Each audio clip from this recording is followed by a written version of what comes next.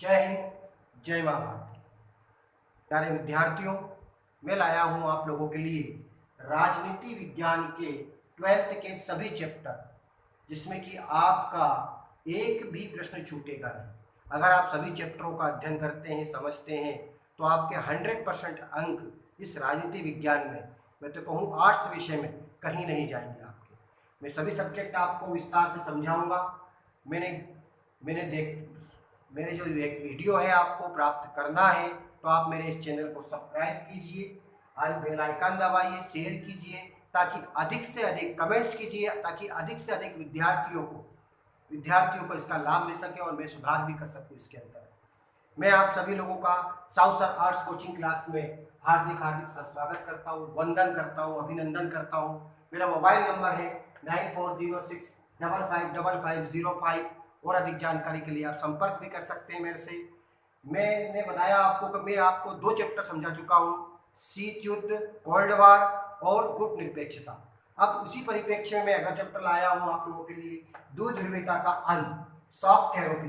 द्विध्रुवीयता का अंत और शॉक थेरेपी क्या है, इसको मैं समझाऊंगा। इसको इस प्रकार समझाऊंगा कि आपका एक भी प्रश्न छूटेगा नहीं इस चैप्टर से, इस बिंदु से। मैं समझाना चाहूंगा आप लोगों को द्विध्रुवीयता का अंत। सबसे पहले कि इस द्विध्रुवीयता का अंत क्या हुआ, द्विध्रुवीयता का अंत कैसे हुआ, द्विध्रुवीयता क्या थी। द्विध्रुवीयता में समझा चुका हूं पहले आपको। विश्व का 2 भागों में बंटना, एक अमेरिका समर्थित सैनिक संगठन सीटो नाटो और दूसरा सोवियत संघ समर्थित संगठन वार्सा पैक्ट। इन दोनों ध्रुवों में दुनिया उस समय बढ़ गई थी। विश्व 2 भागों में उस समय धड़ों में बढ़ गया था। इस ध्रुवीयता का अंत किस प्रकार से हुआ, इसको मैं समझाने का प्रयास करूंगा। तो पहला आता है आपका बर्लिन की दीवार। इसका मेन पॉइंट आता है बर्लिन की दीवार। बर्लिन की दीवार का बनना और बर्लिन की दीवार का ढहना। बर्लिन की दीवार का ढहना ही इस शीत युद्ध का या द्विध्रुवीयता का अंत का प्रमुख कारण रहा है। दूसरा कारण है इसका सोवियत संघ का विघटन। अब बर्लिन की दीवार क्या थी, इसको थोड़ा संक्षेप में समझ लीजिए आप लोग। बर्लिन की दीवार क्या थी, तो दूसरे विश्व युद्ध के बाद जर्मनी जो था, उस जर्मनी को मुख्य रूप से यूएसए के मित्र राष्ट्र, यूएसए और मित्र राष्ट्र मतलब अमेरिका और मित्र राष्ट्र, दूसरा सोवियत संघ, दोनों ने मिलकर इस जर्मनी को आपस में बांट लिया था। साथ में बर्लिन का भी बंटवारा हो चुका था।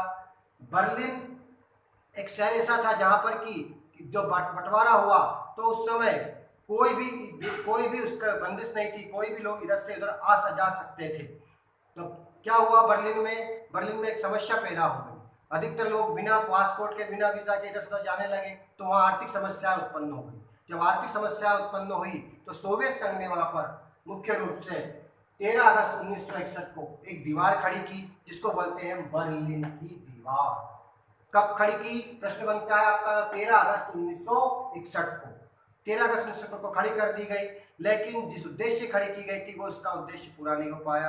बर्लिन का, जर्मनी का विकास नहीं हो पाया, बहुत खराब स्थिति पैदा होने लगी। जो सोवियत संघ का क्षेत्र था वहां पर आर्थिक स्थिति बहुत गड़बड़ होने लगी थी, जबकि जो यूएसए व अमेरिका समर्थित जो क्षेत्र था, जिन पर उनका अधिकार था, वो क्षेत्र अधिक तरह से विकास कर रहा था, विकास गति में आगे निकल रहा था। इन सबको ध्यान में रखते हुए जब जर्मनी का एकीकरण किया गया, तब 9 नवंबर 1979 को ये बर्लिन की दीवार धराशायी हो गई थी, नष्ट हो गई थी, खत्म कर दिया था वहाँ के लोगों ने। इसे कहते हैं बर्लिन की दीवार का गिरना। और बर्लिन की दीवार का गिरना मीन्स में बताना चाहूंगा आपको, तो ये हुआ शीत युद्ध का अंत, पहला कारण। बर्लिन की दीवार घट गई तो समस्या खत्म हो गई। दूसरा आता है सोवियत संघ का विघटन। सोवियत संघ का विघटन किस प्रकार से हुआ, सोवियत संघ का विघटन में किन तत्वों ने मुख्य योगदान दिया। जो सोवियत संघ था उसके विघटन में मुख्य रूप से आर्थिक विकास ने योगदान दिया। आर्थिक विकास, सोवियत संघ का आर्थिक विकास नहीं हो पा रहा था। इसका मुख्य कारण था उसके द्वारा अमेरिकी मित्र देशों की बराबरी करना, अमेरिका के समान प्रक्षेपास्त्र बनाना। वो अधिक से अधिक हथियार बनाने में अपना दिमाग लगा रहा था, अपने हथियार बना रहा था। इसके कारण शस्त्रों की होड़ लग गई थी। शस्त्रों की होड़ लगने के कारण सोवियत संघ का विकास बिल्कुल भी नहीं हो पा रहा था। सोवियत संघ का विकास न होने के कारण सोवियत संघ के लोगों ने सोचा कि भाई पूंजीवाद व्यवस्था अच्छी है, साम्यवाद से पूंजीवाद व्यवस्था अच्छी है, तो पूंजीवाद को बेहतर व्यवस्था माना। इसके कारण हम कहेंगे कि सोवियत संघ का विघटन हुआ। उन्होंने साम्यवाद को सही नहीं माना, पूंजीवादी व्यवस्था को सही माना, जिसके कारण सोवियत संघ का विघटन हुआ। दूसरा आता है राजनीतिक और प्रशासकीय स्थिरता।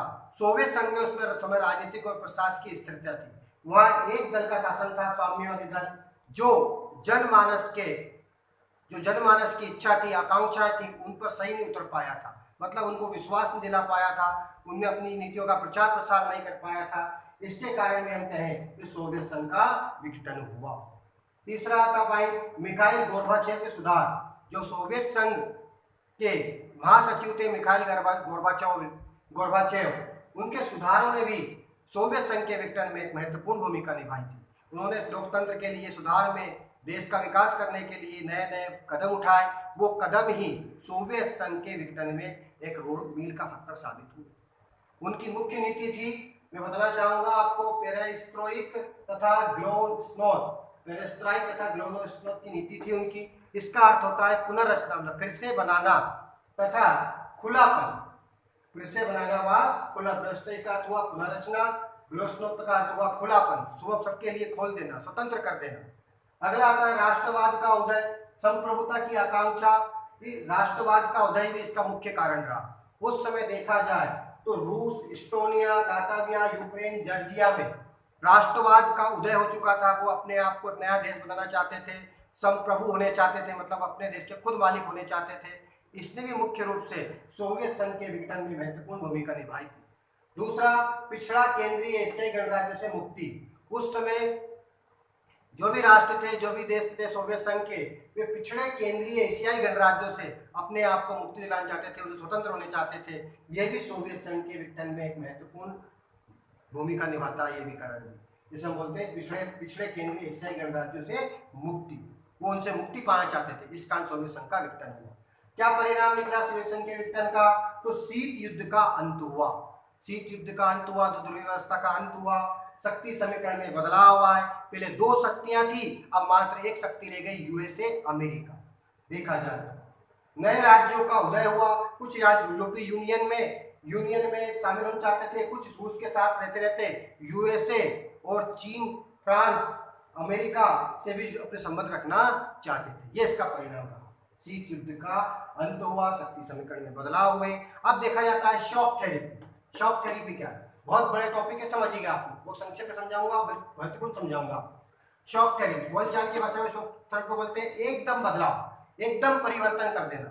1990 में इसको अपनाया गया था। शॉक थेरेपी मतलब जो रूस अपनाया गया था, रूस, मध्य एशिया के गणराज्य, पूर्वी यूरोपीय देशों में उस समय इस शॉक थेरेपी को अपनाया गया था। वहां की जो व्यवस्थाएं थी पूरी उलट पुलट कर दी गई थी।